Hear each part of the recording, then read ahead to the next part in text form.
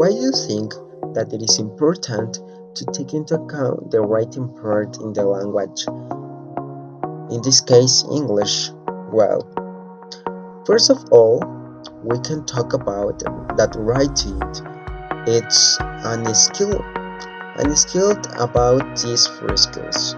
And let me talk to you about these four skills. The first one is reading. The second is listening. Then we have speaking. And the last one, of course, is writing. Well, these four skills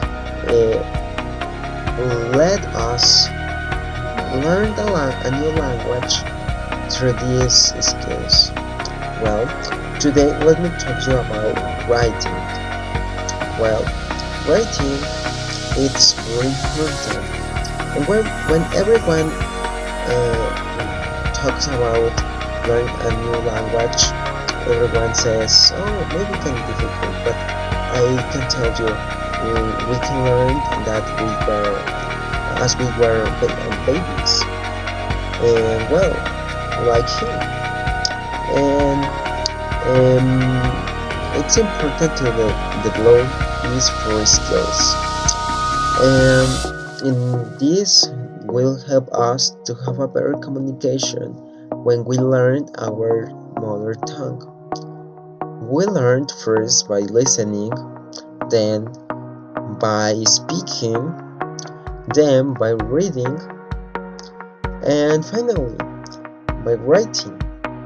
But first of all, let me tell you something important to take into account all of these things that I am telling you. Well, the first one it is according to Cambridge. We have the basic user, independent user, proficient user. And well, all of them according to Cambridge. Here we can see what is our level and the level of our students. Most of the students are in A1 and A2, and it's so rarely to see a student that is in B1. Well, here is the basic user is the student is starting to speak, to read, to writing, to listening. Here the student is begin to is a beginner in the language. Well, this is just something for help us to take into account for our English classes, right? Now let me talk to you. What should I do for my English classes as a teacher? Well, that's a good question, and let me show you some tips. Some tips that can help you. For example, explore ideas. This can help you to explore ideas because not all the text can't, and you can do everything that you want with all the text. So you have to explore the ideas that requires according to your text. For example, maybe it can be a book or a story. Another one, organization. You have to organize your own information because not all the texts are the same thing, right? Well, now let me tell you that you should have objectives because in your class you're the teacher and you have to understand that the objectives are going to help you towards your class, right? So now that we already know all of these things, let me tell you that the class has an structure that it begins with pre-writing. For example, Alice in Wonderland. Alice in Wonderland is a very good book to begin with this, depending on your student's level in the English. But well, let me show you how you can make your pre-writing. First of all, we have reading and read the title and look at the cover. Well, Alice in Wonderland. We can see in the cover and as in the title too that Alice is a woman or a girl, and as we can see that Rabbit, I can say that it's about a fantasy story, right?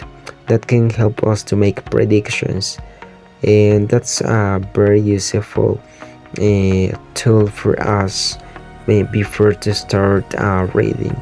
We can make predictions just looking at the cover and looking maybe you as a teacher you can open your book and show your images that it has your book, right? And well, the pictures can help you so much, and they are very important. And more if you have readers that are so young. And even this can help you as a strategy using pictures. Well, another one is speaking. Speaking can help you to share ideas, to share what can be about your story or a text.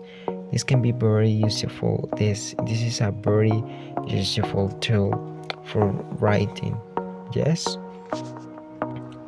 of course, while they are speaking, they are making interaction, and I think that as teachers, maybe we can interact with them, but the most beautiful thing that you can see with your students is that they are learning between them. Well, in another part we have that during writing. Well, remember that is an structure that we that should we have in our didactic plan. Well, during writing, it's the development of your class, of your structure and your didactic plan. Well, here we have reading teacher, and well, reading teacher, I mean that is when the teacher is reading the text, reading the story, and all the students is just paying attention and what says the teacher. Because if you put your students to reading, maybe they can't feel uncomfortable. They are not paying attention in what they are reading, and well, I think that they feel nervous if they are just reading. Well, another part we have short ideas.